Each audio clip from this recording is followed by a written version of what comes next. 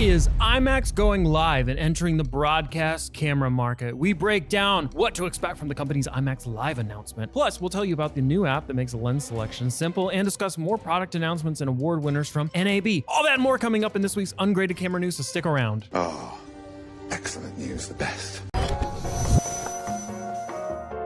The future of Imax is live, or at least it might be, who knows. CEO Richard Gelfond announced Imax Live during a recent earnings call. It's a premium service that allows live events like concerts and shows to broadcast directly to Imax theaters. They also talked about it at CinemaCon in Vegas, meaning it's definitely something coming from the company in their move to dominate live streaming events in movie theaters. It's all part of Imax's strategy of diversifying its content offering and continuing to attract new theaters and patrons. When addressing the future with Imax Live, Gelfond says, "We believe this is a significant opportunity for us. Live cinema music events that exponentially grow an artist's reach without sacrificing the quality and intimacy of an in-person experience. In fact, some ways we top that in-person experience with crystal clear, stunning visuals and sound capabilities that approximate what it's like to actually sit in front row of a live event." In an age where FOMO is strong and access to massive community continues to grow, this would be huge. Imagine watching a band's final performance live on the big screen with people around the world, or catching the big moment of your favorite show in theaters with hundreds of other fans. There's definitely a market for it. But would this focus require Imax to develop new cameras specifically for broadcasting? I mean, we already know the company is working on some new models with Jordan Peele and Christopher Nolan that are expected in 2023. And they worked with Pixar on a virtual camera that was used for the upcoming Lightyear movie, which is interesting, that virtual IMAX camera. How does that work? But what kind of work do they need to get this broadcast technology ready? Honestly, that's still up in the air. But there are plenty of cases where high-end cinema cameras are defined as IMAX digital cameras by going through a certification, like the Sony Venice used for the broadcasting, or that Tom Cruise movie that somehow those cameras in the cockpit meet IMAX requirements. We're not really sure. Kind of strange. But if the screenings are successful, who knows? Maybe they will start developing some broadcast-specific models. There are already a few IMAX live events on the books, including concerts from Roger Water and Swedish House Mafia, plus a screening of the upcoming season of Survivor. They have volunteered to be marooned for 39 days on mysterious Borneo. So you guys go to IMAX, you go watch your good old IMAX theater and you watch Survivor, because This is Survivor. we have all been there. You're packing up for a shoot and you're stuck deciding which lens to use. Or worse, you're going through footage after the shoot and realize the lens you picked had the completely wrong effect. Friend of the channel, Tim Butner, sent us over some info on this crazy new app that he hoped to work on that is here to solve that problem. This is LensKit, the app that lets you search for more than 1,000 lenses from top brands and see if they're really compatible with your camera. It shows everything from basic specs to lens match recommendations and a simulation of what your shot will look like based on the lens you choose.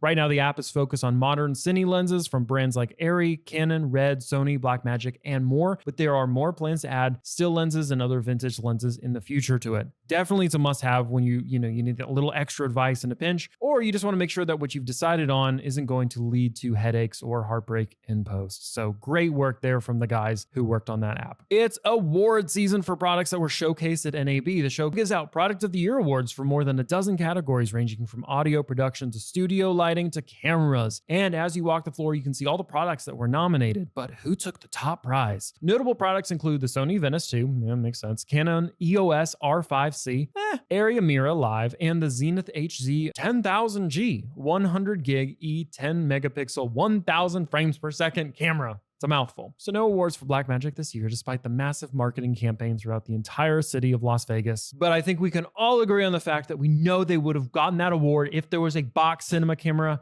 Maybe next year, maybe Blackmagic will pull it home next year.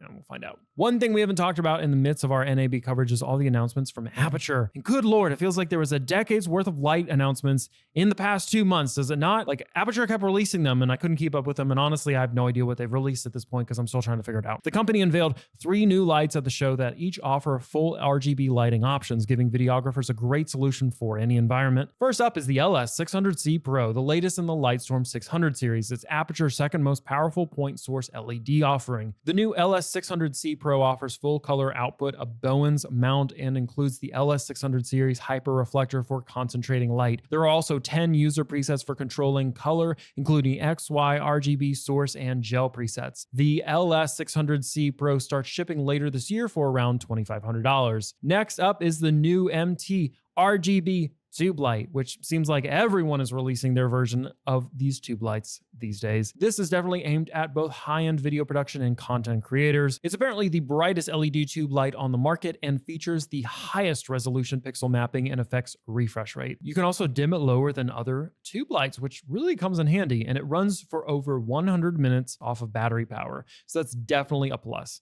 Aputure hasn't announced the release date or price for this yet, so we'll have to wait and see how it compares to the latest offerings from Nanlite and all of the other light companies we checked out at NAB. And the last product is the new MC Pro. This apparently is the world's smallest pocket-sized LED light that features full RGB, and it really is that compact. It weighs less than half a pound, is magnetic, and charges wirelessly. Definitely a product made for portability and fitting into your carry-on luggage for travel, which I like. This is the big brother product to the original MC released in 2019, and it delivers 40% brighter output, a narrower beam angle, and expanded color temperature range. And it uses the same RGB WW tech that's in the new LS600C Pro. Plus, it's compatible with the Aputure Sidus Link app for wireless control. No release date or pricing is available for this one yet either. So if you want to know more about all these Aputure releases, we've linked to an article in the description below so you can check out more. A new version of the popular solid-state drive is ready to take a beating. Samsung announced the T7 Shield, a ruggedized version of the widely used T7 solid-state drive. The new model is IP65 certified for water and dust resistance and a silicone cover that protects the drive from drops of up to 10 feet, meaning you can take advantage of the features you love about the T7 even when you're shooting more industrial or outdoor environments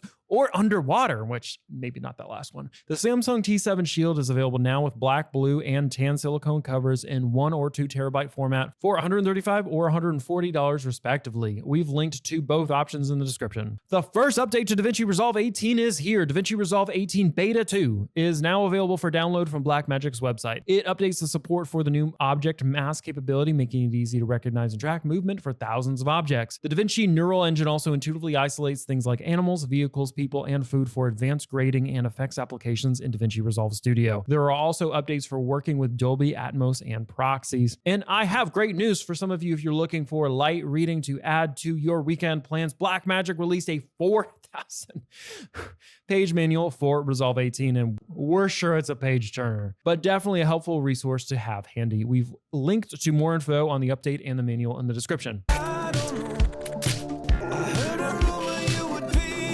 And we've reached the part of the show where we dive into the latest speculations in the camera industry. Is Leica developing a mirrorless camera? A new look at a keynote earlier this year may be saying yes. This isn't anything new from this specific video. Users have already pointed out that the video showing off the M11 camera left 3 spots in the camera's roadmap, and that may suggest 3 cameras this year. Take a look. Just over 2 minutes into the video, you can see 3 blank plaques on the wall behind Leica's head designer. This led to speculation of the new S, SL, and Q cameras, but now Leica Rumors has pointed out another camera mock-out that's visible in the background of the shot. It looks like a medium format camera that may be the successor to the camera's S3 SLR. So what do we think? There's definitely a lot of evidence that at least something is in the work from Leica, and it's something the company definitely needs to do to keep up with the competition. Maybe they should get into the box cinema camera war. But speaking of competition, I don't know if you guys saw the fun Blackmagic, I call it my last interview with Blackmagic ever here that I did with them at NAB, where I asked them a bunch of fun questions and got them to say box camera. So check it out right here. You guys will love it. See you next week.